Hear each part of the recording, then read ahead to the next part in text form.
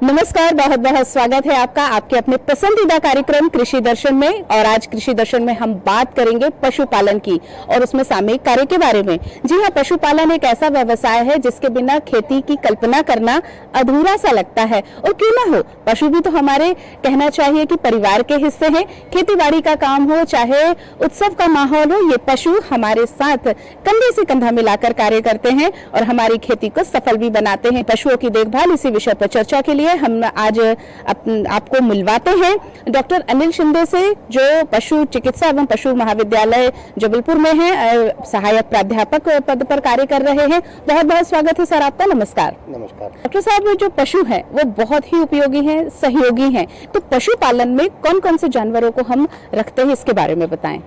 देखिए, हम पशुपालन की बात करते हैं तो हम ऐसे पशु पालते हैं जैसे कि गाय है, भैंस है, बकरी है, मुर्गी है, सूकर है। ऐसे हमारे जो किसान भाई है उसका पशुपालन कर पशु को पाल सकते हैं। बिल्कुल, आपने पशुपालन में इतने सारे अच्छे हम जानवर बताए कि इनको पाल के हमारे किसान भाई आय अपनी दुगनी कर सकते हैं। तो सबसे पहले हम गाय और भैंस की बात करते हैं, क्योंकि इनसे दुग्ध उत्पादन होता है। तो इनकी किस तरह से हमारे देखभाल कर सकते हैं किसान भाई? तो हमको सबसे पहले ध्यान रखना चाहिए उनकी आवास व्यवस्था, कि पशुओं की आवास व्यवस्था है वो छायादार हो।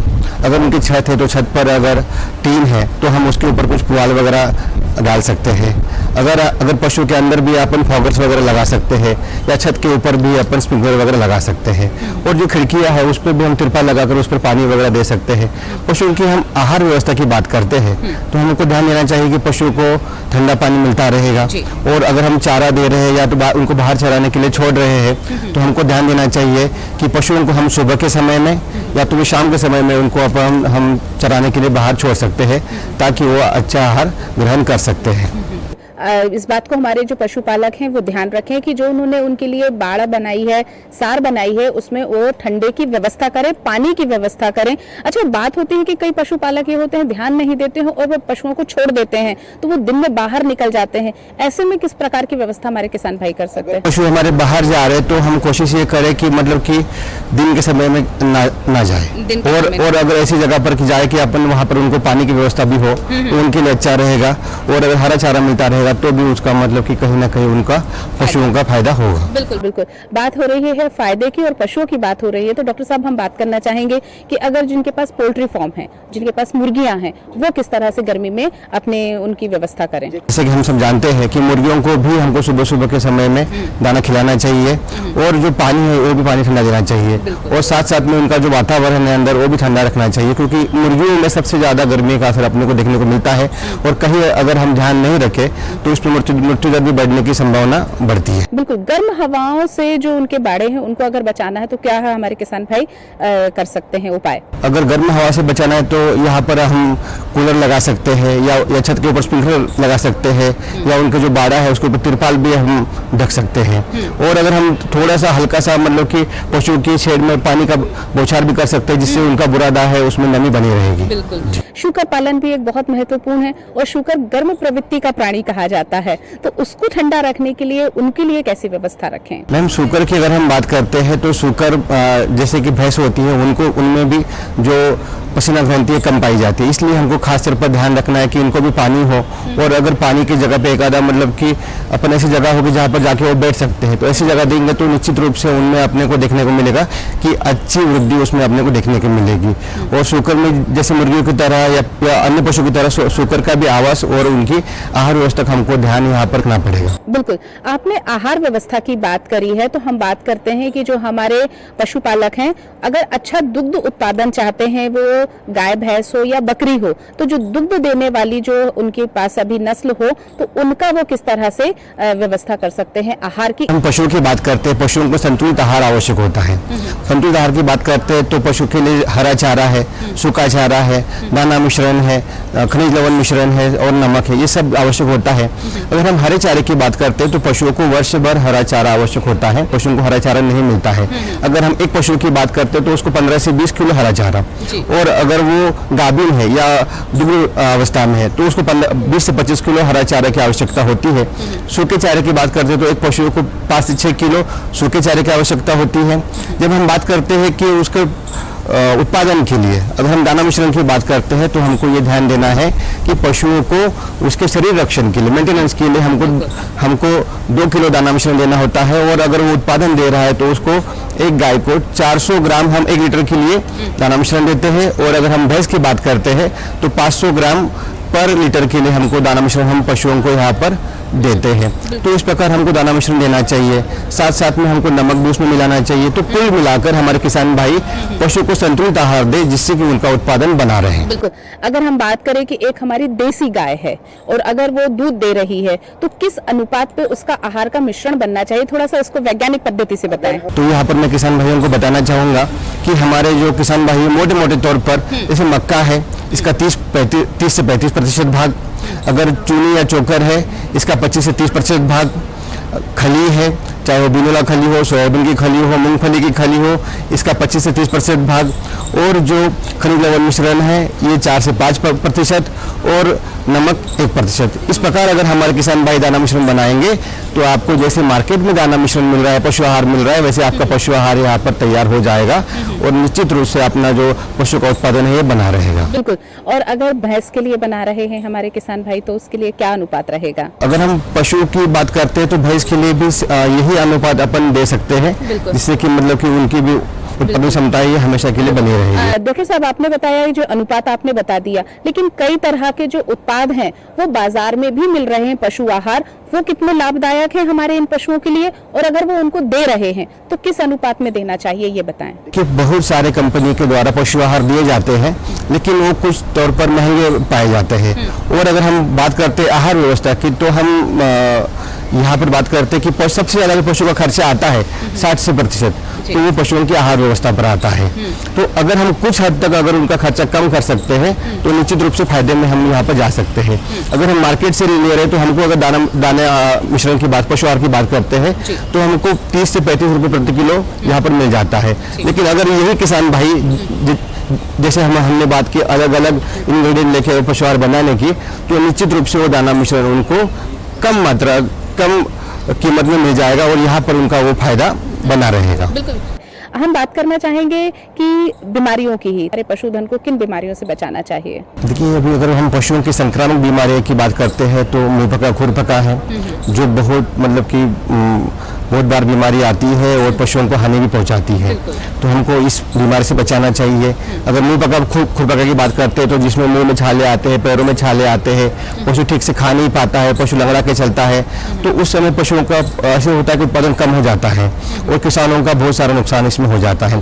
साथ साथ में अगर अन्य बीमारी की बात करते हैं तो गलघोटू है जिसमें गले में सूजन आ जाती है, लंगड़ी बुखार है जिसमें पशु लंगड़ा के चलता है।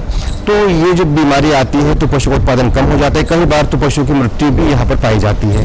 तो इस बीमारी का हमारे किसान भाइयों को ध्यान रखना चाहिए। अगर उसका जो हम बात करते हैं टीकाकरण, तो टीकाकरण करना चाहिए या अगर पशु चिकित्सक को बुलाकर उसका उपचार भी सही समय पर करना आवश्यक है। बिल्कुल।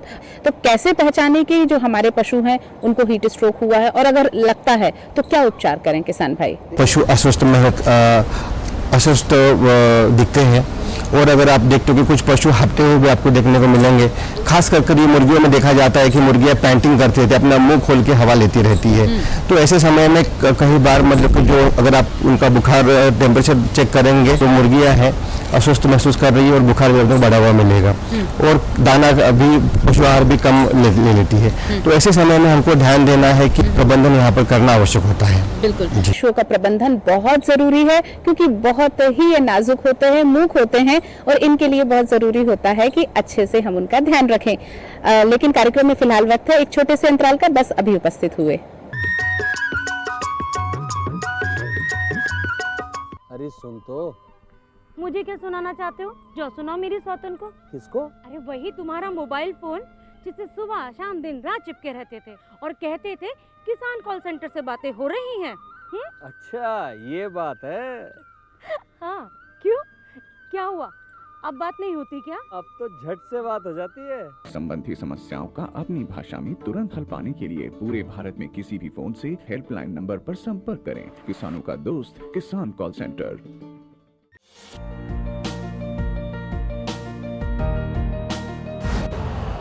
यूरिया का स्वदेशी उत्पादन 70 लाख टन बढ़ाने के लिए 6 उर्वरक संयंत्रों का उद्धार किया जा रहा है।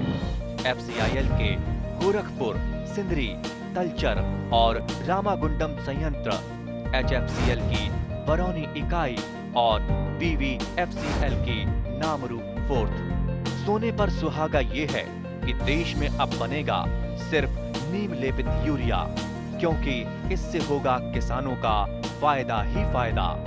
अनाज का उत्पादन 10% तक बढ़ेगा। बढ़ेगी 10 से 15% नाइट्रोजन क्षमता।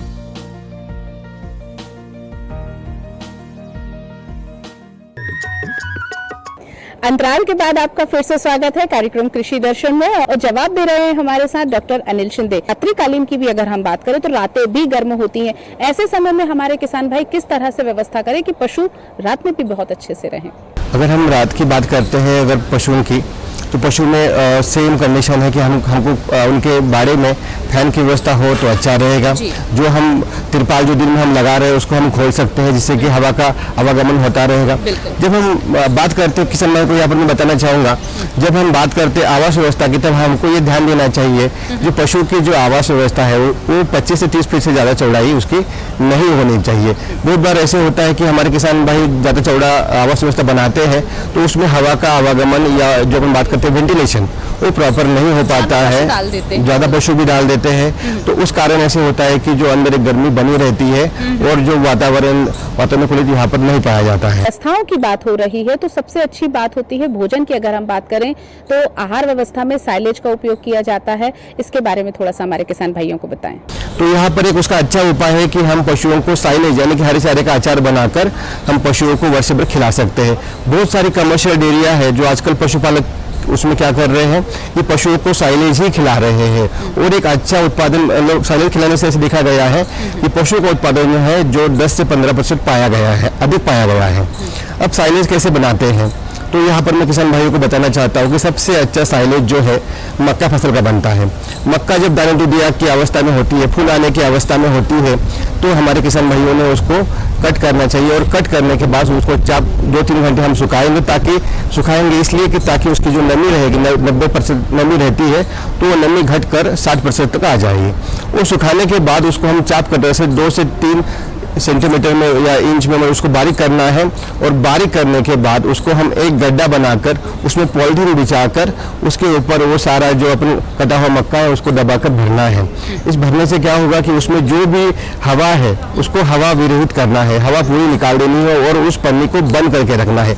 कुछ किसान भाई हमारे आजकल देखते हैं कि उन्होंने साइलो बैग भी बनाए हैं, कुछ कंपनी भी है जो साइलो बैग बनाई है, तो पूरी बैग 200 किलो 500 किलो की बैग भी आजकल मार्केट में उपलब्ध है। उसमें भी आप जो ये कटा हुआ मक्का है, मक्का काटकर उसमें भर सकते हैं। कुछ हमारे किसान भाइयों हैं जिन्होंने कमरे बनाए हैं साइलेज जो कि पूरे हवा रहित है, उसमें भी हमारे किसान भाई उसको मक्का को काटकर भर रहे हैं।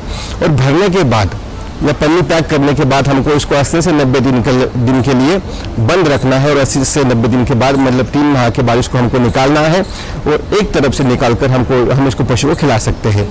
किसान भाइयों, ये जो हम साइलेज खिलाते हैं, साइलेज जो अच्छे साइलेज की जो बात करते हैं वो हरा भूरा कलर का होता है, और हम इसको हरे चारे के बराबर भी खिला सकते हैं, यानी कि 15 से 20 किलो हम जब पशु शुष्क अवस्था में हो तब खिला सकते हैं, या 20 से 25 किलो जब वो गाभिन है दूध दे रहा है उसमें भी खिला सकते हैं। बिल्कुल, अजोला भी एक बेहद ही पौष्टिक आहार हमारे किसान भाइयों के लिए और हमारे पशुपालकों के लिए होता है, इसके बारे में थोड़ा सा और बताएं। देखिए, अजोला भी जो है, जो हम बात करते हैं पशुओं को हरा चारा, साथ में एक सस्ता प्रोटीन स्रोत इसके लिए हम माना जाता है।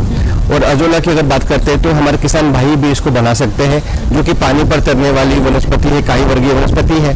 अगर किसान भाई हमारे यहाँ पर इसको साइलेज बना रहे हैं तो एक छोटे से मतलब 10 बाई 4 का गड्ढा कर सकते हैं, उसमें पॉलीथीन बिछा सकते हैं, 10 फीट लंबा, 4 फीट चौड़ा और 1 फीट गहरा, और उसमें 1 फीट तक मतलब कि अपन पानी भरेंगे, और उसमें 10 से 12 किलो मिट्टी, 5 से 6 किलो गोबर और उसमें साइलेज के जो भी साइलेज का मतलब हरा बीज कहीं पर अगर मिलता है तो 400 से 500 ग्राम अगर हम उसमें बीज मिलाएंगे तो अपन देखेंगे 10 से 12 दिन के बाद पूरा टाका जो है, पूरा जो गड्ढा है, ये आपको भरा हुआ पाया मिलेगा। और वही हम जो है पशुओं को 10 से 12 दिन के बाद खिला सकते हैं। बहुत बार ऐसे होता है कि जो अजोला है इसमें अपन ने गोबर मिलाया है तो कहीं कहीं जानवर उसको उसके खुशबू के कारण वो लेते नहीं है, तो उस समय हमको ये ध्यान देना है कि हम उसको साफ सुथरे पानी से धोएं और फिर हम पशु को खिलाएंगे। तो निश्चित रूप से सारे जानवर इसको ग्रहण करते हैं। और अगर अजोला के पोषक तत्वों की बात करते हैं तो इसमें 22 से 24% प्रोटीन होता है और अभी हम मार्केट में देख रहे हैं कि सबसे ज़्यादा महंगा प्रोटीन है, तो इसलिए एक सस्ता प्रोटीन हम इसको माना जाता है और इसको अच्छे से खिला सकते हैं। अगर हम बड़े जानवरों की बात करते हैं तो हम इसको 1.5 से 2 किलो तक भी खिला सकते हैं। अगर मुर्गियों की बात करते हैं तो मुर्गियों को भी हम इसको 40 से 50 ग्राम तक भी मुर्गियों को खिला सकते हैं और ऐसे देखा गया है कि बड़े चाव से पशु इसको खाते हैं। हमने इतनी अच्छी सारी बातें करी हैं, ये तो उन लोगों के लिए बात हो गई जिनके लिए ऑलरेडी जो हमारे पशुपालक है, जिनकी डेयरियां हैं। दूध निकालते समय भी ध्यान देने वाली बहुत सारी बात, उसके लिए भी मैं आपसे चर्चा करना चाहूंगी। हमारे किसान भाई जानना चाहेंगे कि अगर दूध निकाल रहे हैं कैसे ध्यान रखें हमारे किसान भाई। देखिए, अगर हम बात करते हैं कि स्वच्छ दूध उत्पादन की, कि जो भी दूध है अपना साफ सुथरा अपने को मिलना चाहिए, उत्पादन होना चाहिए, तो इसमें ध्यान देना चाहिए कि जो भी मतलब कि गौला है, मिलकर है, अगर ये दूध निकाल रहा है तो उसके नाखून कटे हो, अगर वो मतलब कि कुछ उसको कुछ व्यसन है, कुछ खा रहा है तो वो खाए ना। और पूरा जो वातावरण है, जो अपन सबसे पहले इम्पोर्टेंट बात करते हैं कि पशुशाला, जो पशुशाला है पशुओं की साफ सुथरी होनी चाहिए, जहाँ पर मक्खी मच्छर का मतलब कि जो नहीं होने चाहिए, जिससे कि क्या होगा कि जो अपना दूध रहेगा साफ सुथरा बना रहेगा। और खास कर मैं यहाँ किसान भाइयों को बताना चाहूँगा कि हम इसको पूर्ण हस्त विधि से हम जो पशुओं का दूध है ये निकालना चाहिए। बहुत बार हमारे किसान भाई क्या करते हैं कि अंगूठा विधि का इस्तेमाल करते हैं और अंगूठा विधि से बहुत बार ऐसे होता है कि पशुओं के जो थन है इसको इंजरी हो जाती है, हार्म हो जाता है और यहाँ पर पशु का जो अपन बात करते हैं थनैला, मास्टाइटिस, तो कई बार ये बीमारियों को भी अपने को देखने को मिलता है। अब बात करते हैं सर, अगर हमारे कुछ पशुपालक विचार कर रहे हैं कि नया उनको पशुपालन के लिए बनाना है, तो उनके लिए आप क्या बताएंगे कि किस तरह से वो व्यवस्था करें? और सबसे बड़ी बात होती है नस्ल के चयन की, क्योंकि नस्ल नहीं समझ में आती कि किस तरह से चयन किया जाए, तो इसके लिए आप क्या सलाह हमारे किसान भाइयों को देंगे? तो यहाँ पर मैं बताना चाहूँगा कि पशुओं की हम दुधारू नस्ल का चयन करें। अगर हम गाय की बात करते हैं, कुछ हमारे देशी गौवंश है, साहिवाल है, सिंधी है, गिर है, थारपारकर है, इनका चयन करें। अगर कुछ विदेशी नस्ल है तो हमारी HF होस्टन फ्रीजियन है, जर्सी है, ऐसे गाय का चयन करके जो गाय अच्छा दूध देती है। अगर हमारे किसान भाई कुछ अगर पशु में भैंस पालना चाह रहे हैं तो भैंस में भी जो है मुर्रा है, जाफराबादी है, सुरती है, जो अपनी भारत के ही नस्ल है, तो इनका हमारे पशुपालक चयन करें कि जिससे कि अच्छा उनको मुनाफा आगे चल के मिल सकता है। बिल्कुल। और कुछ बकरियों की भी नस्ल के बारे में बता दीजिए। बकरियों की नस्ल की बात करते हैं तो हमारे पास बर्बरी है, अगर सिरोही है, ब्लैक बंगाल है, तो ऐसे भी नस्ल का हमारे किसान भाई चयन कर सकते हैं, जो कि मतलब कम समय में अच्छा वजन दे देती है। और अच्छे वजन से बाद जो कि बकरी को तो गरीब की गाय कहा जाता है, क्योंकि बहुत कम जगह पर वो रहती है, कम चारा उसको लगता है और हमारे कोई भी किसान भाई उसको पाल सकते हैं और जब वो चाहे किसान भाई उसको बेचकर उससे कुछ पैसे निकाल सकते हैं। बिल्कुल। पोल्ट्री फार्म के बारे में बात करना चाहते हैं कि अगर कोई पोल्ट्री फार्म डालना चाहते तो वो किस तरह से व्यवस्था करें? देखिए, यहाँ पर मैं किसान भाइयों को बताना चाहूँगा, अगर पोल्ट्री फार्म अगर आप मुर्गी पालन का चयन करना चाह रहे हैं तो पहले आप ये निश्चित कर ले कि आप मुर्गी पालन मांस के लिए करना चाह रहे हैं कि अंडे के लिए करना चाह रहे हैं। और या अगर हम देसी मुर्गी पालन का बात कर रहे हैं तो देसी मुर्गी पालन में भी हम अच्छी नस्ल का चयन करें, साथ साथ में उनकी आहार व्यवस्था, क्योंकि मुर्गी पालन में भी सबसे ज़्यादा खर्चा आहार व्यवस्था पर आता है। और उनकी आवास व्यवस्था भी अच्छी होनी चाहिए, क्योंकि मुर्गियों को गर्मी की बात करते हैं तो एक छायादार जगह मिलनी चाहिए। यस। और आखिरी में स्वास्थ्य प्रबंधन की अगर बात करते हैं तो मुर्गियों में टीकाकरण अति आवश्यक होता है। तो इन अगर 4 चीज़ों का ध्यान रखेंगे तो निश्चित रूप से हमारे पशुपालक मुर्गी पालन अच्छे फायदेमंद से कर सकते हैं। तो हमारे किसान भाइयों के लिए आप क्या सलाह देना चाहते हैं एज अ डॉक्टर? हमको सबसे महत्वपूर्ण है उनकी आवास व्यवस्था पर ध्यान रखें, ताकि उनको जो भी आरामदायी जगह बनी रहे। अगर हम आहार व्यवस्था की बात करते हैं तो पशुओं को आहार हम सही समय पे अच्छा आहार दे दें। जैसे कि मैंने बताया था कि पशुओं को हम सुबह के समय और शाम के समय चराने के लिए भेजें। और साथ साथ में आखिरी है स्वास्थ्य प्रबंधन, तो पशुओं का सही समय पर टीकाकरण करें। जो कि बारिश आने के पूर्व ये सारे जो टीके हैं, हमने जो बात की थी, मुंह खुर पका, लंगड़ी बुखार, गलघोटू, ये बारिश के पूर्व टीके किए जाते हैं। तो हमारे किसान भाई इन पशुओं का जो है टीकाकरण सही समय पर करें तो निश्चित रूप से जो फायदा है ये बना रहेगा। बिल्कुल, बहुत ही शानदार जानकारी हमारे पशुपालकों के लिए दी है कि अगर आप कुछ भी पालन करें, चाहे आप बकरी करें, भैंस करें, गाय करें, शुकर पालन करें, मुर्गी पालन करें, लेकिन अगर आप व्यवस्थाओं का ध्यान रखेंगे, थोड़ा सा प्रबंधन रखेंगे तो आपका पशुपालन बहुत अच्छा हो सकता है और आय भी दुगनी हो सकती है। आपने इतनी अच्छी जानकारी दी, इसके लिए आपको बहुत बहुत धन्यवाद। और किसान भाइयों, कार्यक्रम में फिलहाल वक्त है खबरें खेती देखने का, तो आइए देखते हैं खबरें खेती की। नमस्कार किसान भाइयों, खबरें खेती में आप सभी का स्वागत है। आइए पहले नजर डालते हैं मुख्य समाचारों पर। हर हफ्ते होगी अल नीनो की समीक्षा बैठक, खरीफ फसलों पर कमजोर मानसून का साया, मध्य प्रदेश सब्जी उत्पादन में तीसरे स्थान पर, केवीके में प्रशिक्षण कार्यक्रम आयोजित और सेहत के लिए जरूरी श्री अन्न की खेती। और अब खबरें विस्तार से। केंद्रीय कृषि एवं किसान कल्याण तथा ग्रामीण विकास मंत्री शिवराज सिंह चौहान ने खरीफ सीजन 2026 की तैयारियों, संभावित अल नीनो के प्रभाव, कपास उत्पादन बढ़ाने, दलहन में आत्मनिर्भरता और उर्वरकों की उपलब्धता की विस्तार से समीक्षा की। उन्होंने अधिकारियों को निर्देश दिए कि संभावित मौसम संबंधी चुनौतियों से निपटने के लिए पहले से तैयारी पूरी कर ली जाए। बैठक में अल नीनो की संभावित स्थिति पर चर्चा करते हुए उन्होंने कहा कि जिन जिलों में कम बारिश या वर्षा की अनियमितता की आशंका है, वहां विशेष तैयारी की जाए। उन्होंने निर्देश दिए हैं कि ऐसे जिलों की पहचान कर राज्य सरकारों के सहयोग से फसलवार कंटीजेंसी प्लान तैयार किया जाए, ताकि जरूरत पड़ने पर किसानों को तुरंत वैकल्पिक फसल विकल्प, तकनीकी सलाह और आवश्यक सहायता उपलब्ध कराई जा सके। केंद्र सरकार ने कमजोर मानसून से निपटने के लिए सबसे ज्यादा प्रभावित होने वाले 326 जिलों की पहचान कर ली है। इस समय जिलों की मौजूदा कार्य योजनाओं में अल नीनो को ध्यान में रखते हुए संशोधन किए जा रहे हैं।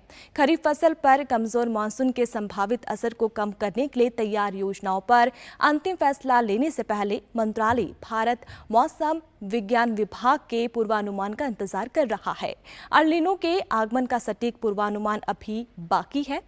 आईएमडी के जारी होने वाले पूर्वानुमान में मानसून और अल नीनो पर स्थिति ज्यादा साफ होगी। उस समय तक खरीफ की बुवाई का सीजन जोरों पर होगा और हमें पता चल जाएगा कि आगे की स्थिति कैसी रहने वाली है। हालांकि व्यापक पूर्वानुमानों में अल नीनो के नवंबर के आसपास आने की बात कही गई है, लेकिन आईएमडी अपनी रिपोर्ट पक्की करने से पहले और अधिक स्पष्टता चाहता है।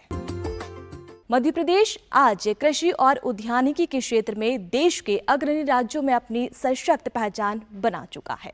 मुख्यमंत्री डॉक्टर मोहन यादव के नेतृत्व में वर्ष 2026 को किसान कल्याण वर्ष के रूप में मनाया जा रहा है।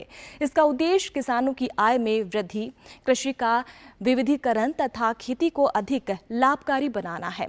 विगत 4 वर्ष में प्रदेश में सब्जी के उत्पादन में लगभग 21.58 लाख मीट्रिक टन की उल्लेखनीय वृद्धि हुई है। मध्य प्रदेश देश में सब्जियों के उत्पादन में तीसरे स्थान पर है। वर्ष 2022-23 में प्रदेश में सब्जियों का उत्पादन 236.41 लाख मीट्रिक टन था, जो वर्ष 2024-25 में बढ़कर 257.99 लाख मीट्रिक टन तक पहुंच गया। ये वृद्धि राज्य के कृषि और उद्यानिकी क्षेत्र की सुदृढ़ प्रगति को दर्शाती है।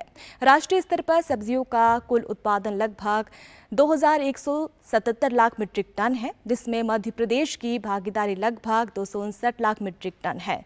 प्रदेश में किसानों द्वारा प्याज, आलू, टमाटर, बैंगन, फूल गोभी, पत्ता गोभी, हरी मटर, भिंडी, पालक, लौकी, अरबी, करेला, ककड़ी, मूली, तुरई, गाजर, शकरकंद, शिमला मिर्च, परवल सहित अनेक प्रकार की सब्जियों का उत्पादन किया जाता है।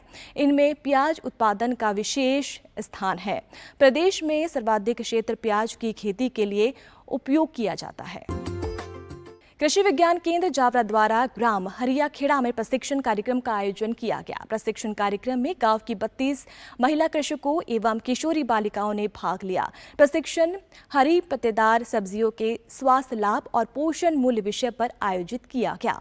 केंद्र की डॉक्टर बरखा शर्मा एसएमएस गृह विज्ञान ने हरी पत्तेदार सब्जियों में उपस्थित विभिन्न पोषक तत्व जैसे विटामिन, मिनरल्स के विषय में विस्तार पूर्वक जानकारी प्रदान की। दैनिक आहार में हरी पत्तेदार सब्जियों के नियमित उपयोग से न केवल कुपोषण को दूर किया जा सकता है बल्कि शरीर की रोग प्रतिरोधक क्षमता को भी मजबूत बनाया जा सकता है। पालक, मेथी, बथुआ, चौलाई, सरसों और धनिया जैसी हरी पत्तेदार सब्जियां औषधीय गुण से भरपूर होती है।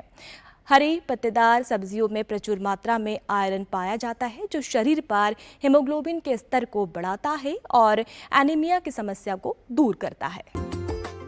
कृषि विज्ञान केंद्र टीकमगढ़ में किसानों को खरीफ सीजन में श्री अन्न की खेती अपनाने की सलाह दी गई है।